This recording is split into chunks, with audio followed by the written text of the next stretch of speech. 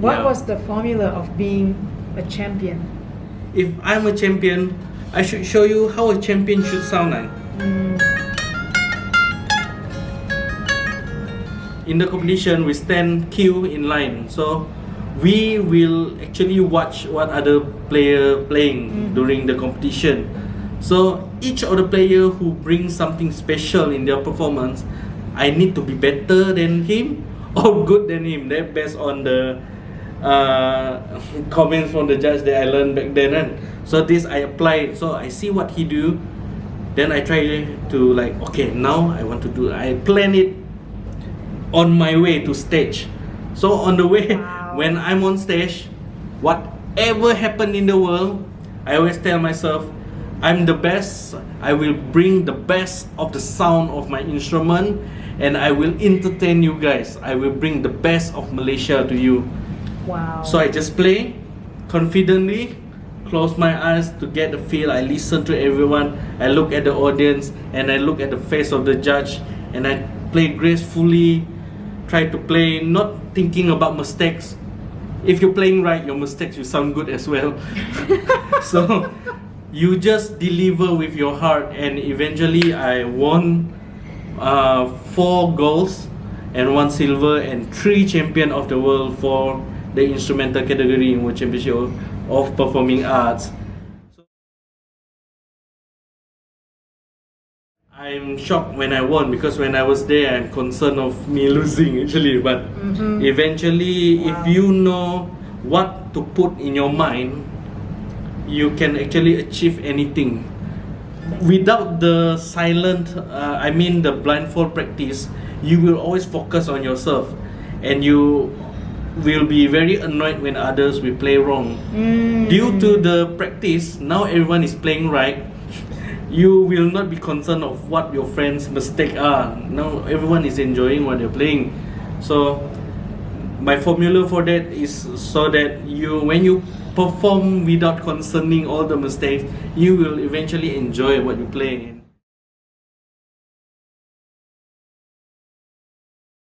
A lot of people just thinking about how they sound, how they sound like in the speakers. Did they sound good or sound bad?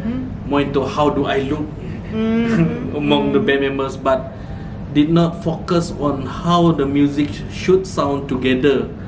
So that's one practice I did for my bandmates in university, back in college. So I asked them to sit on the floor, turn off the lights, you can't see anything, and I asked them to put their instruments aside, which they can't see or feel anything, and I asked them to play the song. If the song is 7 minutes, they will play straight 7 minutes with their eye closed, and they just need to listen to the movement of the people besides them. So the lessons there I told them is to focus on the music itself, means the melodies, the chords. You can't see your guitar, but you need to imagine where's the chords. You can't see your drums, you need to know where to hit.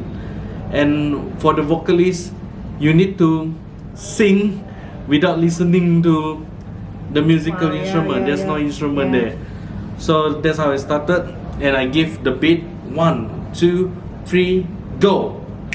I just give one click and they play for 7 minutes without listening.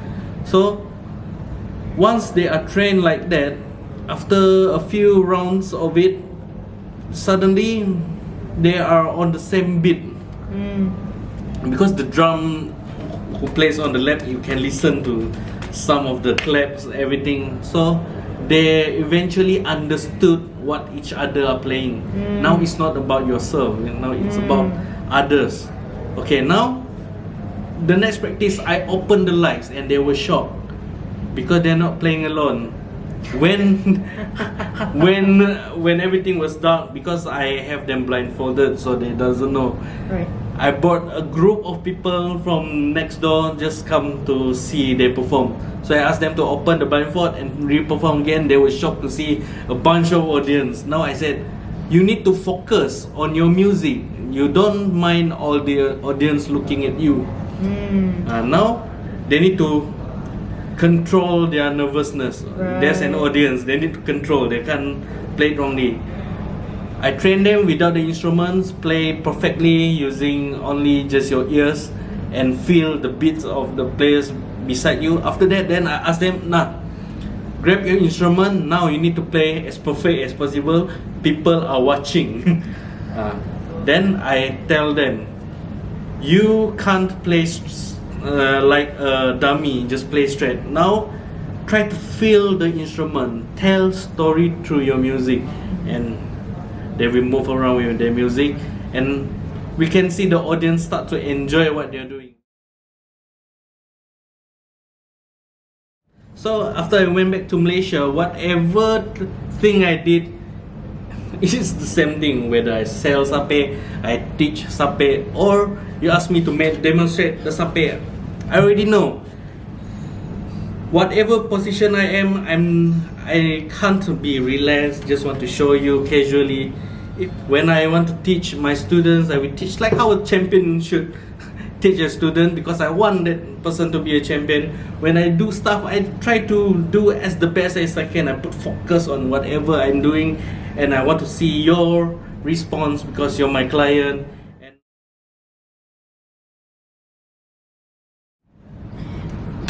So, Sophie, one of the other topics that we covered was also the importance of telling the tradition of sape properly, and that's why you did all the research that you did over the years, and you even come up with a book called the Fundamentals Edition of Sape Star, the Sape Method.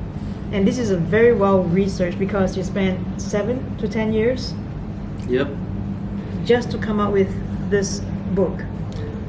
The reason for it, 10 years back, when I started to learn about the instruments, it's very difficult for me to learn this instrument, because the only way you can learn is to meet the elder players in the village and follow whatever he's playing. So this is based on oral tradition, means it passed around by seeing and following the person. So I, as a who learns the music, I try to transcribe it. So at first I try to transcribe it in Western musical notation. So I did do that, and most of the musician can play whatever is written, but my concern is about the youth, means the original people like the Orang Ulu community and Mos Raken.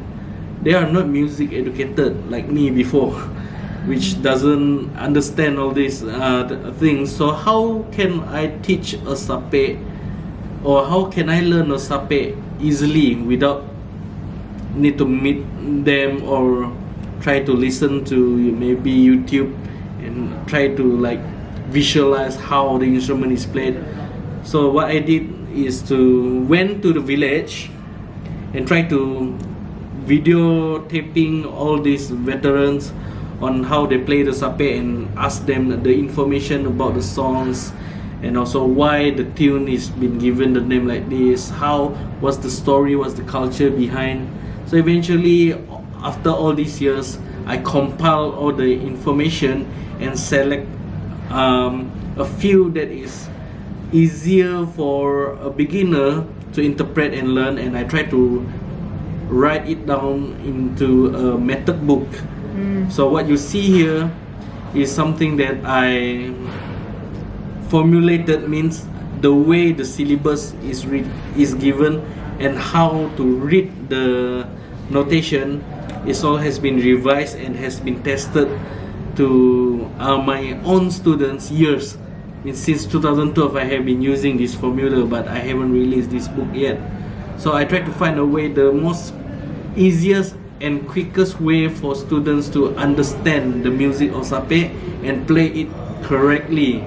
That's the most important part, because a lot of younger generation starts to play sape by listening to songs through maybe YouTube, Spotify and stuff, iTunes, but they don't actually saw the actual person playing and what fingering that person uses.